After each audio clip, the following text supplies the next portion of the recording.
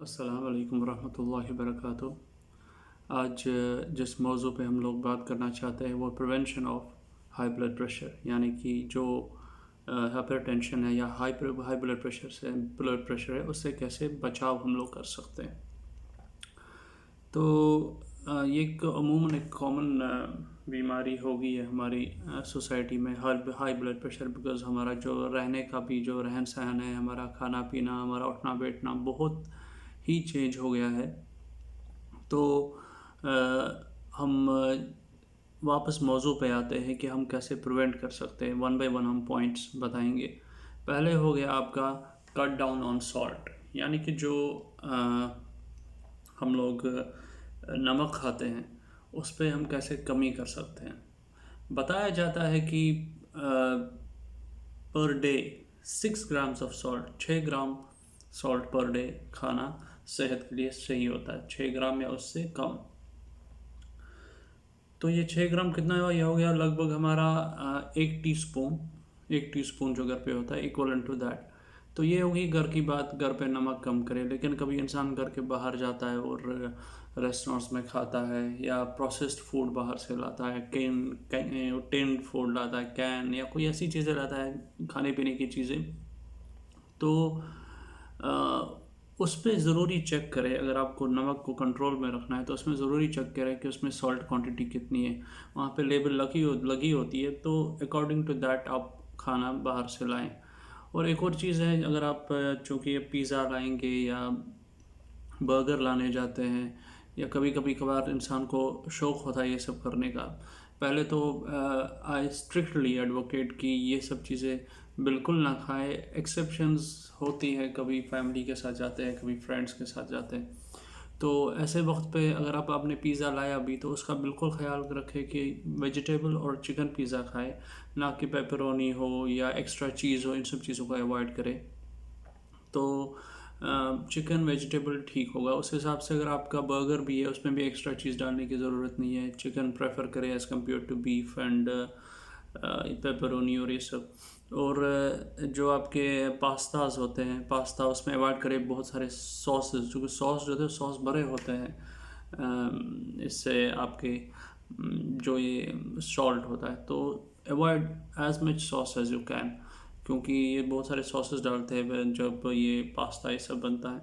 और अगर आपको चावल खाने का शौक़ होता है रेस्टोरेंट्स में बाहर, तो प्लेन चावल खाना पसंद करें, ना कि फ्राइड राइस या कुछ और चाइनीज़ कुछ बना हो, या आपका बिरयानी है, पुलाव है, क्योंकि उसमें बहुत सारा नमक पहले ही उन्होंने डाला होता है।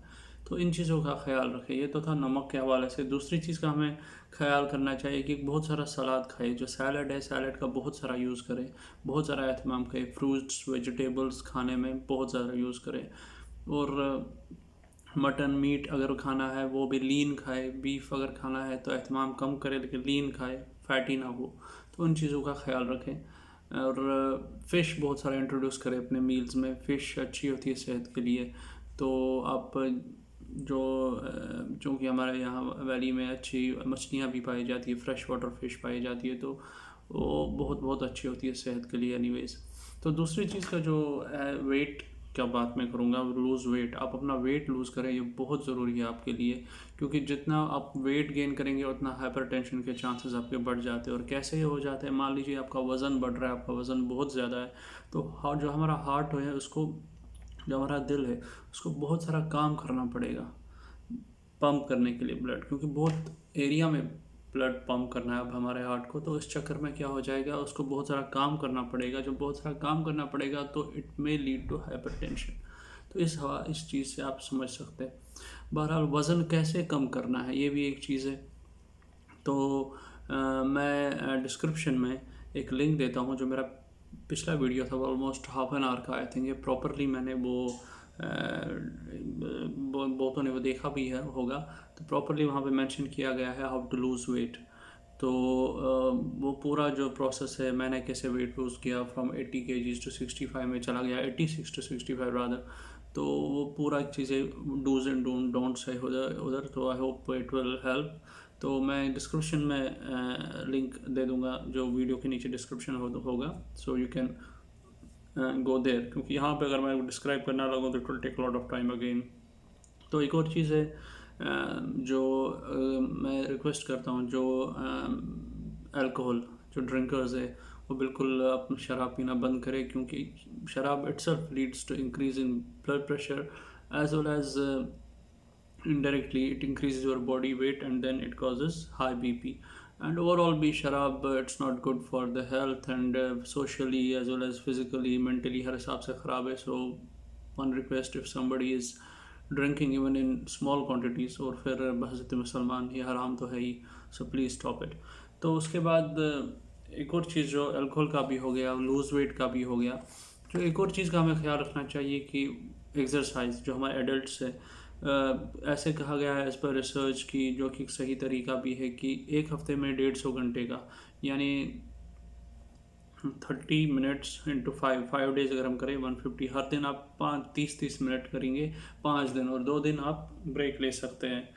तो 5 डेज़ अ वीक 30 मिनट्स ऐसे करके कम से कम आप एक्सरसाइज कर सकते हैं. It could be brisk walking, it could be cycling, it could be jogging, it could be कुछ भी हो सकता है, स्विमिंग. तो बहुत सारे फॉर्म्स हैं एक्सरसाइज के. तो जॉगिंग भी थोड़ा, ब्रिस्क वॉकिंग, रनिंग, तो वो हेल्प करता है, प्रिवेंट करता है आपको उस तरफ जाने में जहाँ पे आपका ब्लड प्रेशर हाई होने के चांसेस होते हैं. Cut down on caffeine. Caffeine सबको पता है, कॉफ़ी में, चाय में, ये फिज़ी ड्रिंक्स में होता है बहुत सारा. तो ऐसे जनरली कहा गया कि अमूमन अगर कॉफ़ी की बात करें, don't take more than 4 cups. और ये कप्स की बात की जा रही है, मग्स की नहीं. मग तो बहुत बड़ा होता है. 4 कप्स जो नॉर्मली कप होते हैं घर में, उनकी बात मैं कर रहा हूँ, नॉट मोर देन 4. ऐसे ही चाय के लिए भी होगा, 3 से 4 कप से ज़्यादा ना पिए. तो but I think better is, जैसा हम लोग पीते हैं सुबह 1 कप और दोपहर में 1 cup, that's enough. Don't take more than take, मतलब चाय का वो एडिक्ट ना हो जाए. चाहे चाय हो, चाहे कॉफ़ी हो, चाहे आपके ये आ जाते हैं आपके कोलाज, एनर्जी ड्रिंक्स. स्पेशली आजकल एक नया एक कल्चर चला है यंग जनरेशन में, बहुत बढ़ गया है एनर्जी ड्रिंक्स से. क्या है वो, बहुत सारे कंपनीज में नाम भूल गया. तो वो एनर्जी ड्रिंक्स का बहुत बहुत एहतमाम करते हैं, तो उसका बहुत ख्याल रखें. It's very very harmful. It's harmful BP के हिसाब से भी, और हर हिसाब से वो बहुत बहुत सेहत के लिए बहुत मुज़र है. रेड बुल, जैसे कि रेड बुल है, और ऐसे और कोई चीज़ें, उनका भी ख्याल रखें. तो स्टॉप स्मोकिंग. देखिए साइंटिफिकली देखें, रिसर्च ये है कि smoking does not directly increase BP, it does not directly increase BP, लेकिन smoking itself is a very dangerous thing. It वो क्या कर लेता है, वो आपके ब्लड वेसल्स को क्लॉग, मतलब उसमें वो क्लॉट बना देता है, सबको पता है. और कैसे वो बैड इफेक्ट करता है हार्ट पे, हमारी ब्लड वेसल्स पे. और अगर आपको पहले हाइपरटेंशन और साथ में क्लॉट भी हो गया, तो it's a very deadly combination. तो स्मोकिंग एनीवे, चाहे कोई भी बीमारी हो, किसी भी चीज़ से आपको बचना है, चाहे डायरेक्टली या indirectly, you have to leave smoking. That's a very very important thing, क्योंकि हमारे कल्चर में अभी सिगरेट ऐसे घुस गया है जैसे पानी हो. तो इस चीज़ का प्लीज़ ख्याल करें. Stop and stop smoking. And ऐसे ये मतलब ये कोई मैजिक नहीं है, 1 सेकंड में छूट जाएगा. इसके लिए भी you have to take help. आजकल वो बहुत सारे मेडिसिन आए हैं, जिससे निकोटीन पैचेस आए हैं.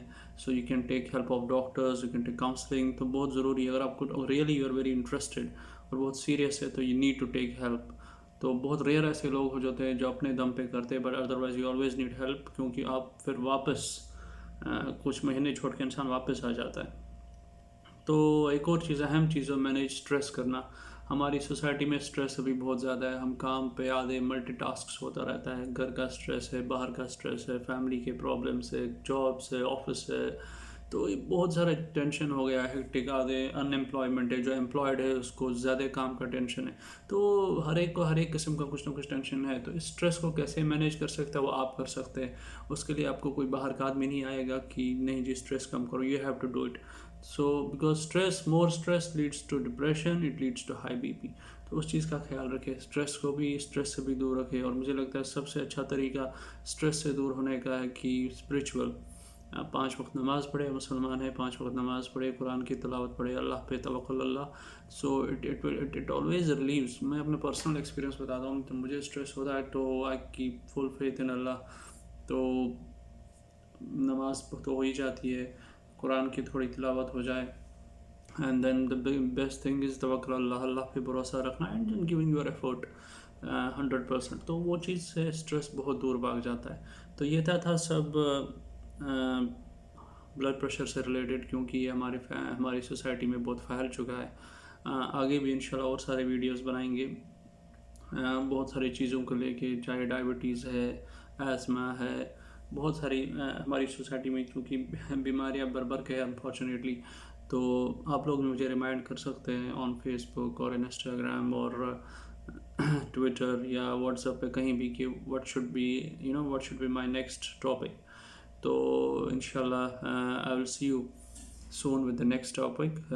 मैं आपको रिक्वेस्ट करता हूँ, do subscribe my channel and do like and share it forward so that more and more people are guided इंशाल्लाह। तो अपना ख्याल रखिएगा, मिलते हैं नई वीडियो के साथ। अस्सलाम वालेकुम वरहमतुल्लाहि वबरकातुहू।